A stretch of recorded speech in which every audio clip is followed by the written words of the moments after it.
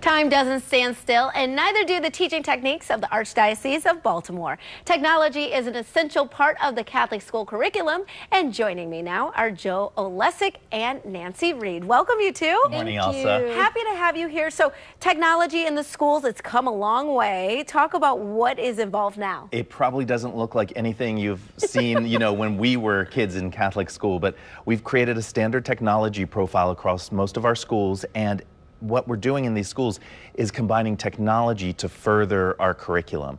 So, for instance, we may have a math where they're studying scaling.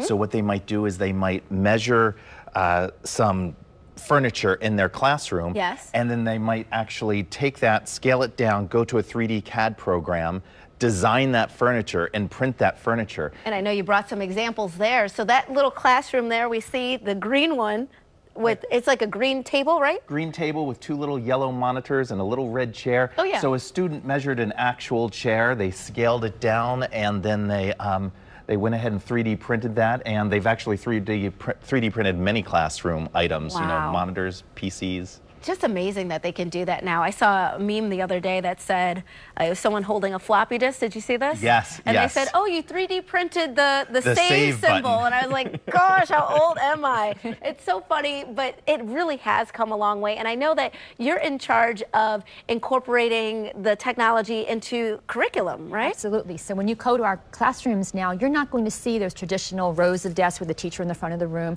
You're going to see the students collaborating together. They might be sitting in a beanbag chair, on the carpet, on a sofa like we are today, working together, collaborating, communicating, problem solving, researching. They're using the devices to enhance their learning and to integrate it on a daily basis, just all the time. It's natural. You're also going to see our students with a lot of virtual collaboration activities where we're communicating with children in Nigeria right now, in Costa Rica, across the United States. We have collaboration going on in Kentucky and New Jersey right now, as well as with the other AOB schools. So these children are communicating and working together and problem solving and using authentic activities that they're going to remember the rest of their lives when they think about their Catholic education that they had. Yeah, and you think about making the world a smaller place. Tech does that, just the way that science and math, how they work together, because it's sort of universal languages. Correct. And it's not just school, but it's fun. You're using tech with extracurriculars, right? Yeah, we have a lot of extracurriculars that combine technology, and it might be technology that they're learning during the school day with their curriculum, and then they're furthering that out throughout the day. So we might have students in our robotics programs, and our robotics programs span everything from pre-K to 12, and so we have students learning some basic programming, in the lower grades and all the way up through 12th.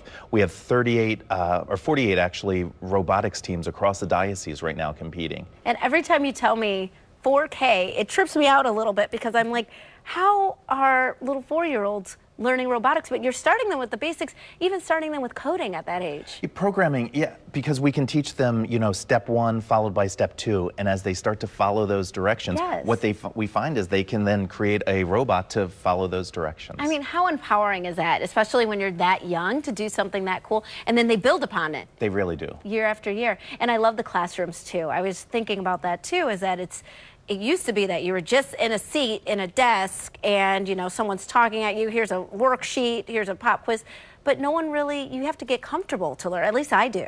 And you guys have figured that out already for your students, letting them relax a little and take it all in. All right, so they want to get more information. How do they do that? They just go to the website, right? Yes. Absolutely. Okay, so archbalt.org/schools. You can get information on all of the Archdiocese of Baltimore Catholic schools and all those grade levels from pre-K through 12th grade. Thank you so much for being here. Elsa, thank you so much. Really appreciate it. And we'll be right back with more Midday Maryland right after this. Stay tuned.